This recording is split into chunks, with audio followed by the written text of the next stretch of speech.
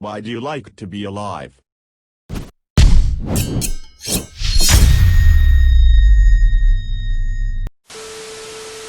There's an old man I sometimes visit who can talk your ear off for hours on end.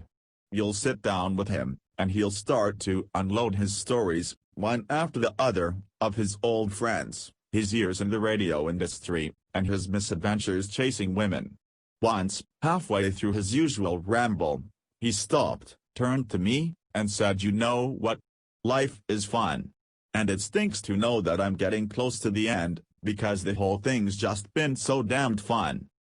That's always stuck with me. It's my belief that the person who's had the most successful life is the one who, when it's all said and done, has the best stories to tell his grandkids. Personally, I'm approaching 30 and I feel like the past 20 years of my life could be literally erased from my memory and I wouldn't lose anything of value. Working on fixing that now though. My goal is that when I'm 40 I won't wish for cancer anymore. I'm also approaching 30, and while I don't feel the same way about my past 20 years, I'm still making it my goal to make my 30s better than my 20s. I feel like I've been told my whole life by our culture that 20s are your prime, but I'm going to defy that. I'm 40 and enjoyed my 30s far more than my 20s. I was a complete idiot in my 20s and broke for that matter. I've grown up, traveled the world and made some decent bank in my 30s. Far better decade. Not even close? The culture prioritizes youth, but with youth brings ignorance and a lack of knowledge and wisdom. Not the fault of the young because those things take time to gain. I would not go back to 21 if I could do it right now. I survived cancer. I was given weeks to live, and miraculously got remission. Life post-cancer is a terrible struggle, mentally and physically, but I wouldn't trade it for the alternative. I now get to watch my adorable niece grow up. I get to look at the world with a completely different perspective. I get to enjoy being with my wife and traveling the world as much as possible. Death would solve a lot of the pain I currently live with, but the eternal sadness it would cause my family would haunt me. It might sound disingenuous coming from a complete stranger on the internet, but I'm glad you're here. Cancer's a scary thing and I'm glad you overcame that battle and wish you the best in the struggles you're currently facing. Smile. Not at all, mate. I got so many awesome messages of support, it really helped. My wife would read them to me in hospital. Even now, every so often I'll get messages of support and people checking up on my progress. The world often feels like a mean, cynical and cruel place. But given all the support I've received from friends, family, health practitioners and strangers. I feel this world is filled with kind, empathetic and selfless people. We just don't hear their stories often enough. So thank you for your kind words. It might sound disingenuous, but I truly appreciate it. 'Cause there are pies to be eaten, pie is a good reason to be alive. Pro tip: take up baking, and you can eat all the pie you want. Your friends will love you, too. Smile. I cheated that tip and married someone who loves baking. All the same perks with much less work. I don't know. Marriage can be a ton of work, and if you don't do it right you get divorced, which is even more work. Wait until 5 years into the relationship, then talk about your issues. If the issues seem like too much for either of you, then just don't get married. You should always address issues you may have though with your partner, but some people are scared that they may lose their partner in doing so or that their partner may harm them, but if that's the case, you know it's a bad relationship. BC, I'm fastest sperm. Not you. In reality all the other sperm sacrifice themselves to make way for you to get to the egg. We're actually all just that lazy gay in the group project that takes credit for it all. But we won. But at what cost? Think I was at a disadvantage from the start. BC, somehow I have genes for small pp and must have had to travel farther than you. Your small pp is likely because of the genes, DNA, inside of you as a spermatozoid, which your other competitors also had inside of them, either for a big or small one.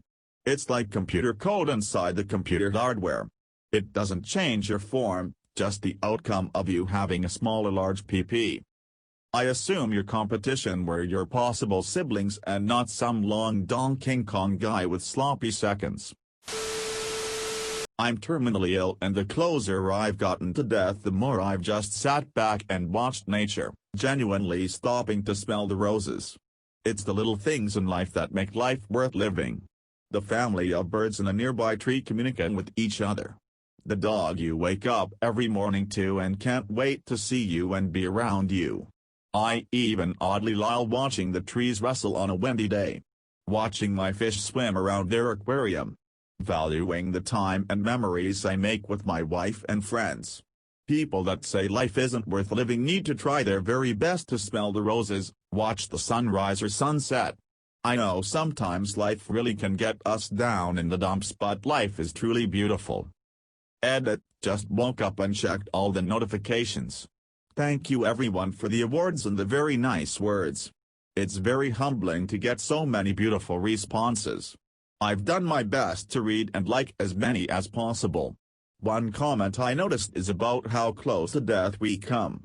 My fate was luckily decided by my oncologist. I was in NICU last year, I was septic and they had a super bug the doctors couldn't get on top of. My kidney had completely stopped and I only have one kidney.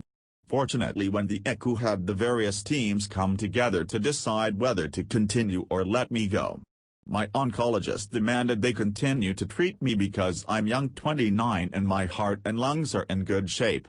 I'm still here to this day, so I owe it all to that man who's saved my life multiple times. I've sat with my wife and cried, told her I was ready to go and laid patiently with my eyes closed ready to be taken away. It just didn't happen. Since that moment I've done my absolute best to enjoy the little moments in life that we easily brush past and let go unnoticed when we are busy and living a healthy normal life. I'll try to individually reply to comments where I can. Thank you everyone, stick around as long as you can, you have some good wisdom to pass on. They say, people who are closing to death, have their entire life flash before their eyes. They can very well judge what was good and what was bad. They are certainly a good source of wisdom.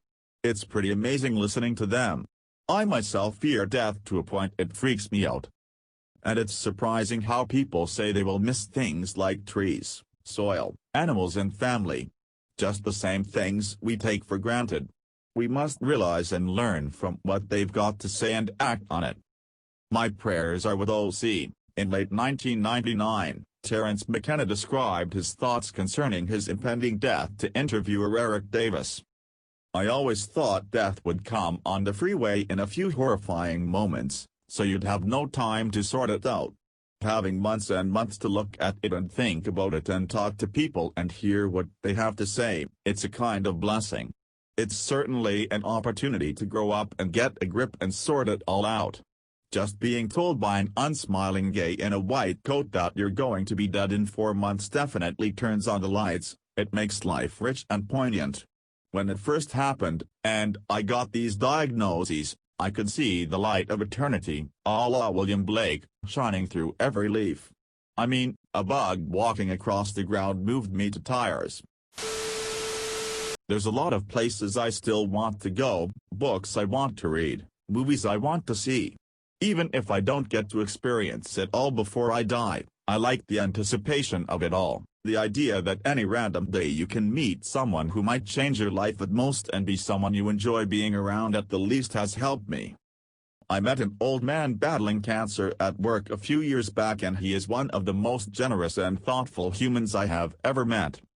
I was never close to my grandparents and I think a young adult having an older, wiser person in their life to look up to can be very important. Movies and games were definitely what helped me get through when I was depressed and on the brink. I'm doing much better now, but often I would tell myself, bro, how you gonna kill yourself when you've got so much to look forward to? Avengers Endgame, Star Wars, Godzilla, Halo fucking Infinite. No, you can't wait a bit longer, bro. You got this.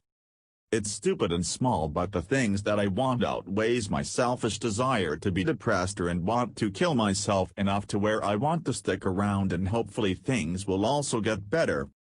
This entire comment thread has proven that none of these things are neither stupid nor small. They mean something major to so many people, and that is beautiful. 3. The only reason I wish I could live 300 years is because there's about 50 jobs I'd like to try out.